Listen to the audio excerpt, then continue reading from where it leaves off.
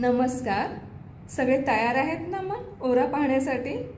त्यासाठी आपल्याला लागणार आहे एक प्लेन पेपर आणि कुठल्याही रंगाचा पेन.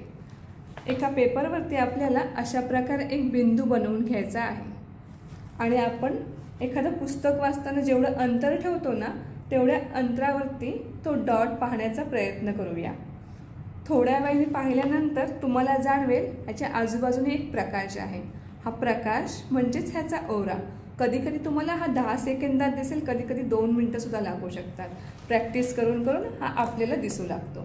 ज्याप्रमाणे आपण आता ह्या छोट्याशा डॉटचा ओरा पाहिला त्याचप्रमाणे आता आपण आपल्या अंगठ्याचा पण ओरा पाहणार आहोत. त्यासाठी आपल्याला काय लागणार आहे? पुढचा जो सरफेस आहे तो व्हाईट रंगाची असायला पाहिजे. खांद्यापासून आपल्या हाताला असं दूर करावं आणि आता आपल्याला अंगठ्याचा ओरा पाहायचा आहे.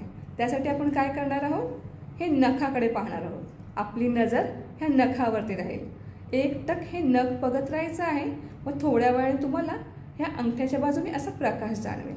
अशा प्रकारे आपल्याला आपला अंगठा पाहत राहायचा आहे. नजर ह्या नखाकडे राहायला पाहिजे. मग हळूहळू तुम्हाला इथे एक प्रकाश जाणवेल. हा प्रकाश म्हणजेच ह्याचा ओरा आहे. त्याचप्रमाणे आपण आता ह्या पाची बोटांचा पण ओरा पाहणार आहोत. सेम समोर सरफेस व्हाईट कलरची हवी आणि आपला हात असा दूर करावा. नंतर आपल्याला ह्या मधल्या नखाकडे पाहायचं आहे. नजर आपली ह्या मधल्या नखाकडे राहील. एकटक पाहिल्यानंतर आपल्याला एक इथे प्रकाश जाणवेल. हा प्रकाश म्हणजेच ह्या पाची बोटांचा ओरा आहे. अशा प्रकारे आपल्याला हात दूर नेऊन ठेवायचे आहेत आणि नजर आपल्याला ह्या मधल्या नखाकडे ठेवायची आहे. थोड्या वेळ तुम्हाला एक प्रकाश दिसेल. हा प्रकाश म्हणजेच ह्याचा ओरा आहे.